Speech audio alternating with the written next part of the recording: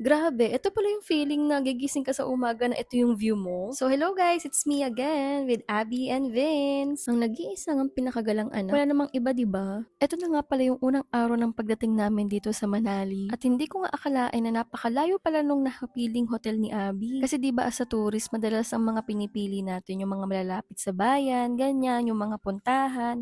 Pero itong pinuntahan namin na stay, malayo siya sa bayan and bukod pa doon, katakot-takot na bundok pa yung aakyatin bago pa makarating dito, Diyos ko. At nalaman ko na nga lang din kinabukasan kung bakit. Ito nga pala yung magiging tahanan namin for 3 days. Ayan, magpapaampon muna kami sa Manali. So ano, tara, samahan niyo muna kami dito. Alam niyo ba na on the way pa lang dito is talagang napakalamig na. Kaya kami ni Vince, ayan, balot na balot. Ewan ko lang sa asawa ko bakit hindi nilalamig. Hindi mo malaman kung puro kalyo ba ang katawan o ano eh. Gabi na nga pala kami dumating dito, which is dinner time na rin. Buti na lang meron silang pagkain dito sa hotel. So ito, imagine niyo na lang kung gaano nagrereklamo si Vince dahil nga sobrang lamig. Ayun, balot na balot pa siya dyan.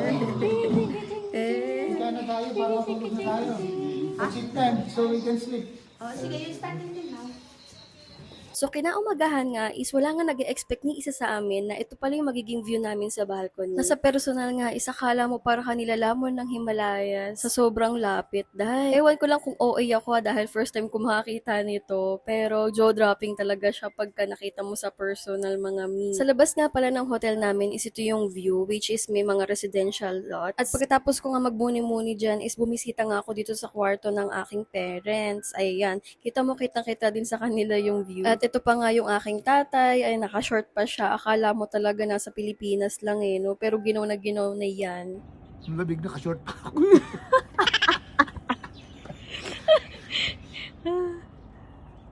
At sinama ko nga din pala si Vince dito para sa kanyang good morning routine, ang kanyang lolo't lola. Halos ako na nga lang yung gumising sa kanya kasi sa sobrang himbing ng tulog niya sa lamig, ayaw na niyang gumising, naiinis kapag ginigising namin. So yung unang araw nga namin dito sa Manali, wala naman kami masyadong ginawa dahil nga may dialysis yung father ko.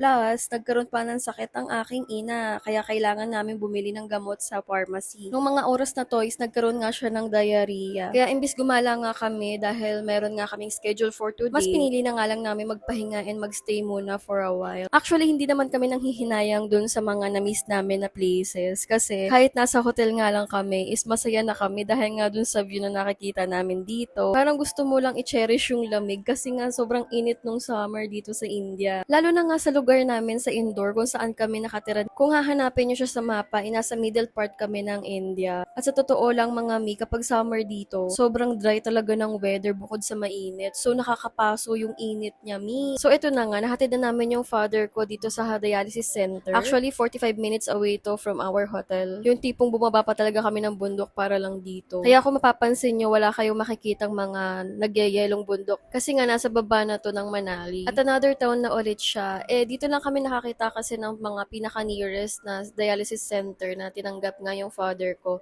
Kaya ayun, no choice. So imbis nga na bumalik pa kami sa taas, is inantay na lang namin matapos yung father ko. Kaya kumain na lang kami sa restaurant nitong time na to. Nakakatuwa lang guys kasi dito ko lang sa India na experience yung mga iba't ibang klase ng weather. Kung gusto mo maka-experience ng snow, pupunta ka lang ng North India. Kung tropical vibe naman, pwede ka mag-visit ng Goa. O kaya naman kung gusto mo ng maladesyertong lugar, pwede ka mag-visit ng Rajasthan. O diba? Kung hanap mo naman is mga city vibe, parang Manila, Makati, BGC, ganyan. Pwede ka pumunta ng Delhi, ng Mumbai, Bangalore. Basta lahat nga ng hinahanap mo, inaandito. No wonder na lang talaga kung bakit iba-iba yung mga tao dito sa India. Kasi kada city or state or any places dito sa India is magkakaiba talaga yung mga pamumuhay nila. Lalo na nga sa mga provinces. Bukod nga sa mga magkakaiba din ng religion, yung races and culture, dito mo talaga mapagtatanto na hindi lahat ng Indians na nakikita nyo sa iba't ibang bansa ay pare-parehas. Kaya hindi talaga mag-work dito ang stereotyping nyo mga mi. Much better talaga na bago nyo husgahan ng India, ikutin nyo muna ang buong India, please lang. So kinagabihan nga is meron kaming little surprise or mini celebration dahil nga anniversary pala nung